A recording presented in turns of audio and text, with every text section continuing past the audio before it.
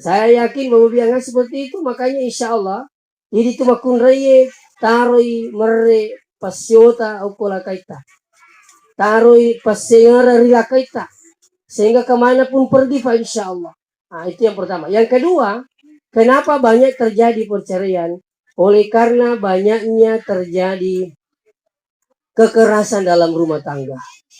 Maka itu tuh kayak untuk orang yang macam ini dapat dirina benena, ya sedikit-sedikit marah, tangannya lagi melayang, sampai dia ada yang terjadi di kampung lain. Kita lihat di televisi Bapak Biang hadir, seorang suami menyiram minyak panas pada istrinya. Coba bayangkan itu.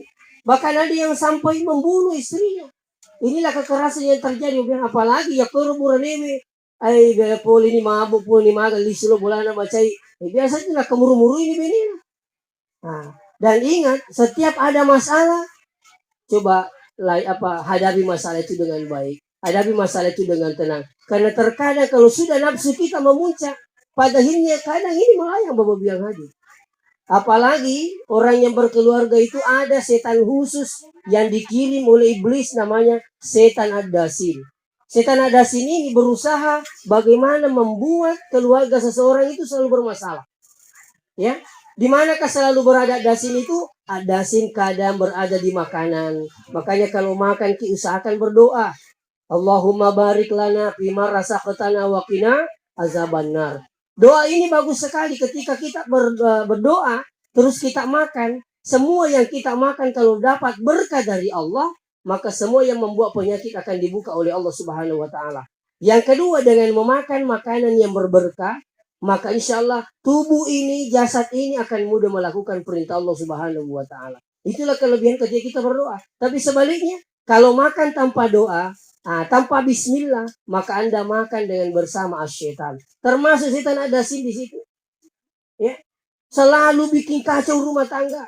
Sedikit-sedikit ada masalah, bahkan sudah mau tidur bikin masalah. Ya, kenapa? Ada memang asyaitan. Setan ini namanya ad-dasin yang suka membuat kacau rumah tangga seseorang. Ya, makanya insya Allah ini yang kedua. Yang ketiga, kenapa banyak terjadi perceraian? Hanya persoalan ekonomi. Nah, mereka tahu tuh makun mereka sih dia nulai terima yero. Polen nalakainya. Ya, dia nulai syukuru kiwi. Padahal sudah banyak, masih mau lebih dari itu. Makanya istri itu pintar-pintarlah melihat suaminya. Kalau suami saya gajinya berapa per bulan. Kalau seorang polisi gajinya sekian per bulan. Insya Allah banyak disyukuri, sedikit disyukuri, lebih bagus lagi. Ketika mampu bersyukur yang sedikit, maka yang datang akan pasti banyak. Jadi gak masalah. Ini tuh mega mau ibu tadi ya, beraja. Mau bicara rugi, maka dah. Ia mau mega persoalan si bawa keluarga, sebayar binina. Wah, ini setangga-tangga lakinya. Maka jeru laki ku kasih siaga aja pendapatannya. Oh, pak kasih. Oh, si kok pendapatannya. Pak kibo batu kiburu. Oh, si kok pendapatannya. Itu pak landro. Si kok pendapatannya. Nah, ini tuh nomor 3. Kalau Bapak Biang hadir, sang istri lebih banyak pengeluaran daripada pemasukan. Itu bikin masalah. Mau bergerak tidak sesuai dengan makam kita menjadi masalah. Ya, jadi mari kita bergerak sesuai dengan keadaan suami. Ya, inang kamakun ribu. Taupat di namilo keda tosogi ay napata na jinlendran. Pula memang ni. Apa tulis si pangasing-asing ito magukuwi. Ini masa iko ano mo to laki mo mana-mana kay. Mau siya malipot to. Mau siya malirante. Si pangasing tahu mau siya menre makka. Surumin ni daftar ko magukuwi. Si pangasing makurus ito sementara pendapatan suami yang bersangkutan tidak sama dengan pendapatan suami kita. Inilah karena muncul masalah dalam rumah tangga. Tapi insya Allah, mari kita bergerak sesuai dengan keadaan kita. Saya tidak boleh bergerak seperti gerakan orang besar. Karena saya orangnya kecil. Kamu kira? Ya kau tahu pad di melo kilo tahu sogi, mari pagi itu. Tahu bang melo kilo tahu macam masih sakit. Makanya pintar-pintar lah lihat suami. Oh, suami saya gajinya sekian. Dia golongan berapa, seumpamanya jabatannya apa. Insya Allah. Ya, nah itu. Yang selanjutnya sini teman-teman lebih kajian. Masalah-masalah semua ini, insya Allah bisa terselesaikan dengan cara bagaimana? Perbanyaklah beribadah kepada Allah Subhanahu wa taala. Tidak ada kalah petunjuk-petunjuknya Allah. Petunjuk Allah itu tidak pernah salah, Tapi petunjuk setan tidak pernah benar. Saya ingatkan ini. Makanya saya di mana-mana memberikan nasihat perkawinan, saya selalu sampaikan terutama sholat 5 waktu. Ya, orang yang sudah menikah itu tantangannya lebih berat. Mungkin ketika kita masih bujang, waktu tamu panak darah semuanya kan, ibadahnya luar biasa. Bahkan setiap malam Jumat bangun bertahajud. Kenapa? Minta jodoh. Tapi begitu sudah ada jodohnya, sudah malas nih sholat. Dia nak jepang masam pajak. Ika makin nasa aga na may goreng baraji jama-jama laki ko si palagi po hakik ya ina subuh joka nih kasi tangga bandi pinang kapulay jaga pak polisi dan sebagainya. Kadang kita ini dengan masalah seperti ini justru kita dengan namanya masam panjang. Itu jadi saya ingatkan keduanya sebab tugas kutu si pelatui ya maka deh aja paling masam panjang Bapak Fadil dimanapun Anda tugas sesibuk apapun saya yakin ada waktu untuk sholat 5 waktu. Apalagi itu ini tuh polisi jamaah-jamaah tak luar biasa. Selalu saja menghadapi masalah. Maka insya Allah lebih baik kita selalu minta petunjuk kepada Allah dengan melalui sholat 5 waktu. Ya kau tuh masam paja tuh si salah kau di masam paja. Ya kau yang terima pun Allah Ta'ala kau tuh masam paja ada namanya doa duduk di antara 2 sujud. Ada 8 doa di situ. Rabbi ghafirli warhamni wajaburni warafa'ni warzukni wahdini wa'afini wa'afwani. Apa yang kita inginkan dunia akhir semua sudah ada di situ, saya yakin. Ada petunjuknya di situ. Ada sehat-sehatnya kita minta pada Allah. Itu ada rezekinya warzukni wahdini petunjuk wa'afini kesehatan wa'afwani ampuni saya Allah. Itu. Jadi luar biasa. Ini saja doa yang Allah terima dulu di antara 2 sujud.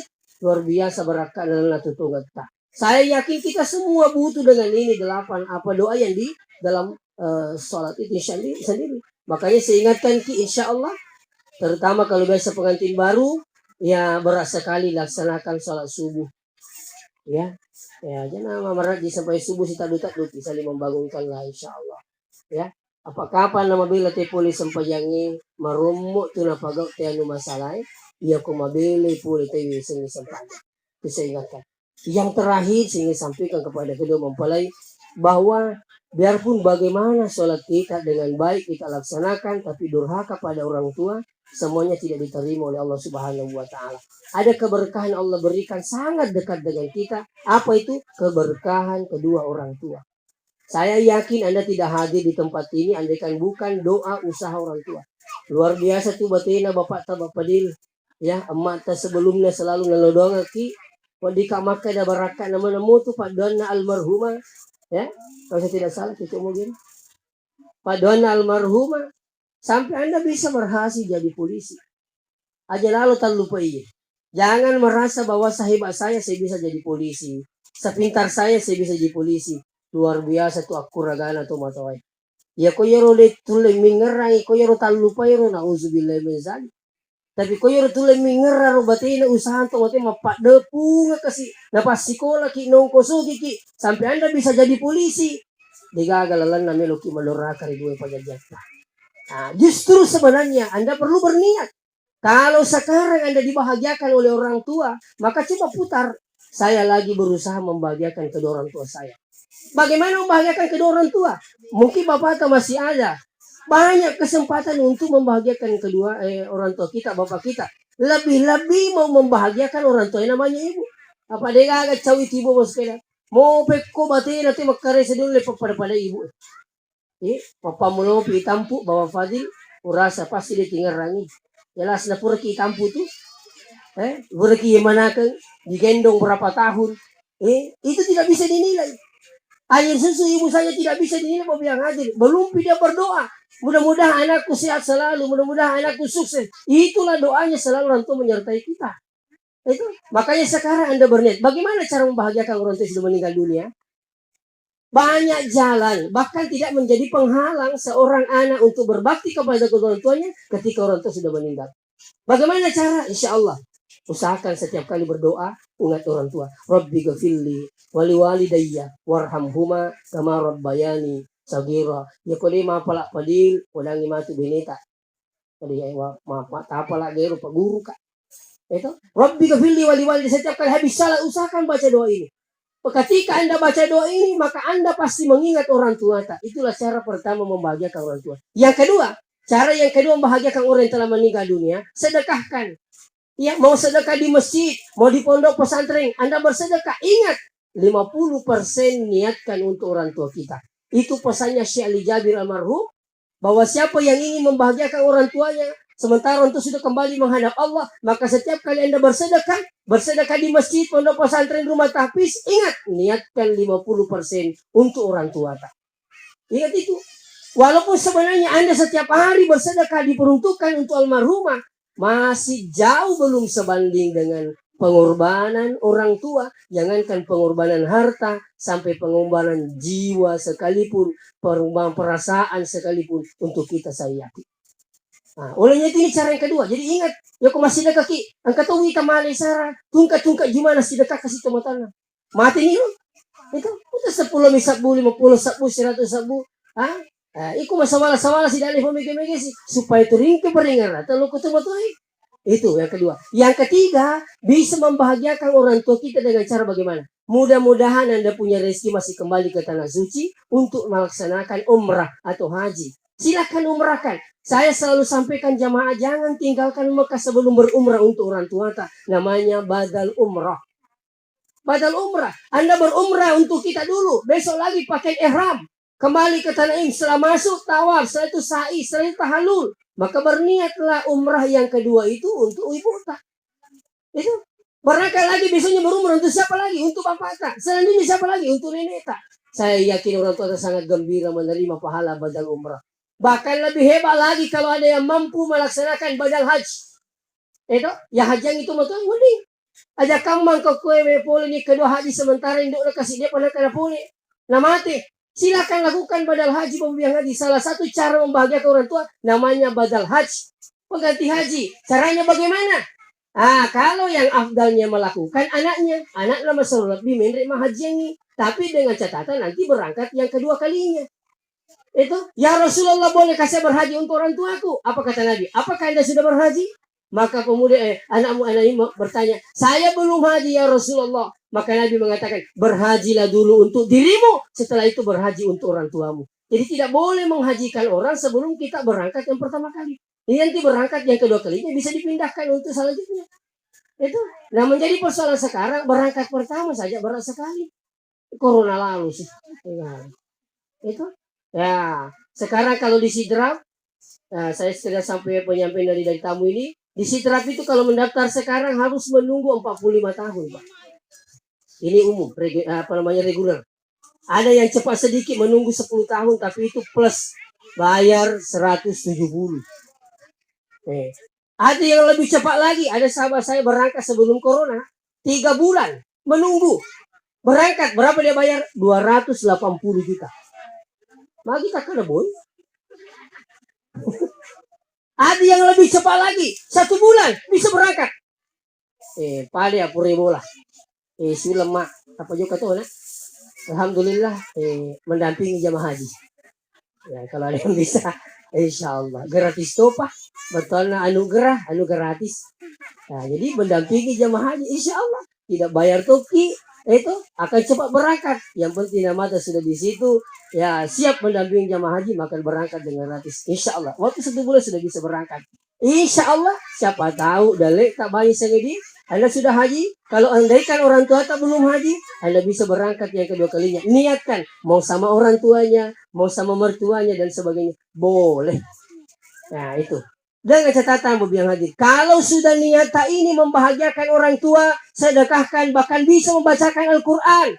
Yang kami pahami bahwa orang yang hidup bisa bacakan Al-Quran diperniatkan untuk orang tuanya yang telah meninggal dunia. Memang ada paham bahwa itu tidak sampai. Tapi pendapat Imam Syafi'i, Ibnu Taimiyah, Ibnu Qayyim Al-Jauziyah mengatakan itu sampai. Karena dua pendapat, ada yang mengatakan tidak sampai, ada yang mengatakan sampai. Saya lewat jalurnya sampai. Ini Imam Syafi'i, maka bolehlah Anda bacakan Fatihah orang tuanya sebelum atau sesudah sembahyang atau sudah tidur, siap mau tidur, bacakan Fatihah dulu, bacakan doa untuk orang tua. Insyaallah. Apa kata Nabi? Ridallah fi ridal walidain. Siapa yang membahagiakan orang tuanya, maka Allah akan membahagiakannya. Artinya ridha Allah bergantung ridhanya orang tua. Wasuktullah fi suktil walidain, murkanya Allah bergantung murkanya orang tua. Jadi siapa yang berusaha membahagiakan orang tuanya, Anda tidak tinggalkan dunia ini sebelum Allah bahagiakan saudara dunia, lebih-lebih nanti di akhirat. Jadi tidak perlu cari jalan untuk menjadi orang bahagia, berusaha saja membahagiakan kedua orang tua. Insya Allah. Barangkali ini saya sampaikan, mudah-mudahan dapat berkah Allah Ta'ala. Ya tinggarangi Bapak Fadil setiap kali habis melakukan sesuatu dengan istri kita, jangan sampai kita lupa namanya mandi junub. Makanya ya lo tulus solo bu, aja naturi podang ko tumajama, selamat menempuh hidup baru. Sekali-kali sampaikan calon pengantin baru, ingat mandi junub. Dari itu lalu dia junub ang katong madari masih sama sini kaya apa dia junub, tuli ka matok tuli tanga ka. Karo ni, magkumimasa daripada madosa ki. Kalau mandi junubnya tidak sah, tidak ada ibadah yang diterima oleh Allah Subhanahu wa Ta'ala. Demikian, saya minta maaf jika ada kekurangan dan kesalahan. Mudah-mudahan Pak Barak kalau di Manang, terus pada pengantin baru, saya juga secara pribadi dan keluarga. Mudah-mudahan selalu kita diberikan petunjuk oleh Allah menjadi keluarga yang sakinah, mawaddah, warahmah, insyaAllah. Wassalamualaikum warahmatullahi wabarakatuh.